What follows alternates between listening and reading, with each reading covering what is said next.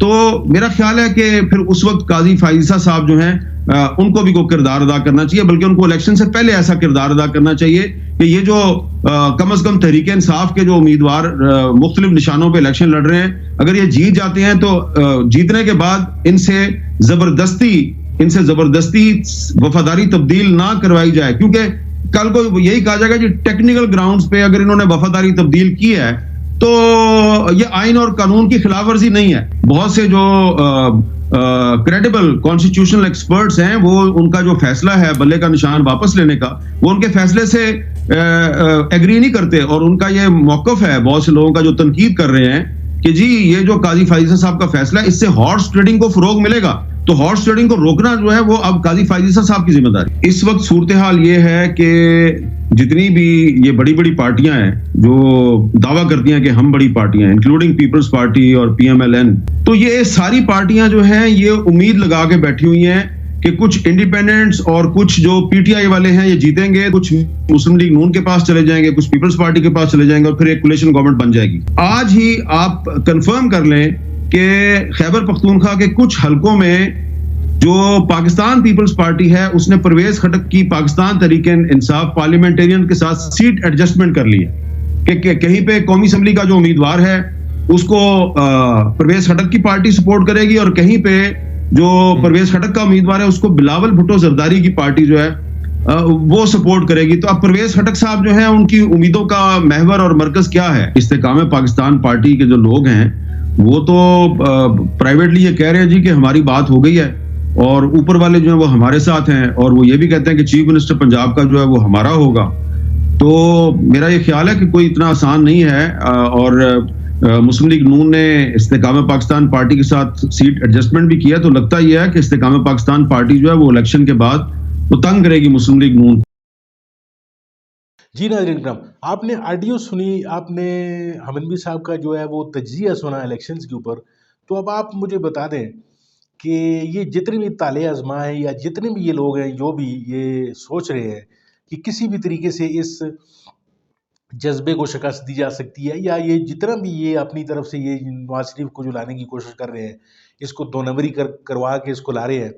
اور اب حالت اس کی یہ ہو گئی ہے کہ کسی بھی جلسے میں یہ نہیں جا سکتا، یعنی اس کی بیٹی پھر رہی ہے، دندراتی ہوئی پھر رہی ہے، وہ جلسوں میں جلسے کر رہی ہے، وہ جیسے تیسے جو بھی پیسے ان کے ارکان جو بھی جن کو ٹکٹس دیے ہوئے ہیں انہوں نے، ان کے پاس بھی خاصے پیسے ہیں، بریانیاں وغیرہ وہ بانٹتے پھر رہے ہیں، اور کئی جو ہے وہ لالچیں جو دے ہیں لوگوں کو،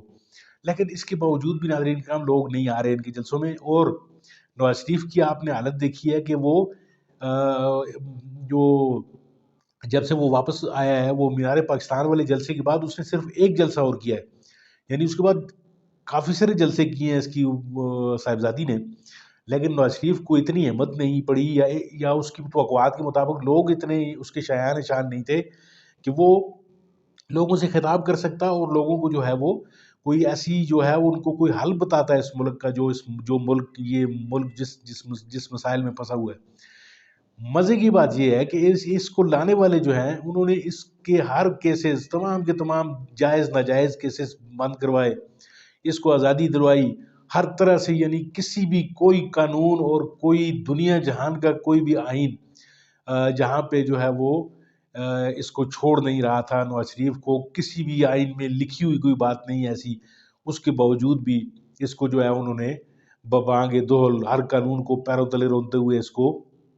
انہوں نے گلو خلاصی کرائی، اس کی مقدموں سے اس کو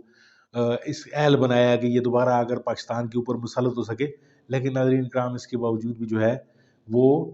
اس میں کامیاب ہوتا ہوا نظر نہیں آ رہا نواز شریف کہ دوبارہ وہ اب کرے تو کیا کرے،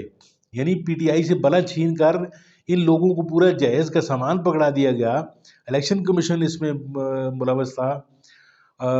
نیب ملوث تھا، اس میں عدلیہ ملوث تھی، اس میں تمام کے تمام لوگ جتنے بھی تھے سب کے سب ملوث ہونے کے باوجود ناظرین کرام آج حالت یہ ہے کہ نواز شریف جو ہے وہ ٹائم فش ہے، وہ بالکل اپنا جلسے جو ہے وہ نہ جلسوں میں جا پا رہا ہے نہ کچھ، اور احمد میر صاحب بھی اسی طرف اشارہ کر رہے ہیں کہ پی ٹی آئی جو ہے وہ جتنے بھی لوگ انہوں نے اپنی غیرت کا مسئلہ بنا لیا ہے، جتنے بھی ورکرز ہیں، یعنی جو PTI کے جو ٹکٹ ہولڈرز ہیں ان سے زیادہ جو ہے دلچسپی ورکرز دکھا رہے ہیں اور لوگوں سے وہ آپ نے KPK میں کئی ویڈیوز ایسی دیکھی ہوں گی جس میں لوگ جو ہے وہ قرآن پر حلف لیتے ہوئے نظر آتے ہیں آپ کو، وہ جو ٹکٹ ہولڈرز ہیں کہ میں بعد میں بھاگوں گا نہیں. اگر ناظرین کام اس طرح ہو بھی گیا، کوئی ایک آدھ دانہ، کوئی ایک آدھ بندہ، کوئی 2-3 بھاگ بھی گئے، تو ناظرین کرام یہ عوام ان کے پیچھے ان کے گھروں تک جائے گی، کیونکہ اس قسم کا ایک جذبہ، ایک آگ جو ہے وہ نظر آ رہی ہے آپ کو فیلڈ میں. تو ناظرین دیکھتے ہیں، اللہ کرے یہ مقابلے کی طرف نہ جائے یہ بات، اور جتنے بھی ارباب اختیار ہیں وہ اس چیز کو سمجھ جائیں کہ جو ہے عوام جو چاہتی ہے وہ اسے دے دیا جائے، اور جو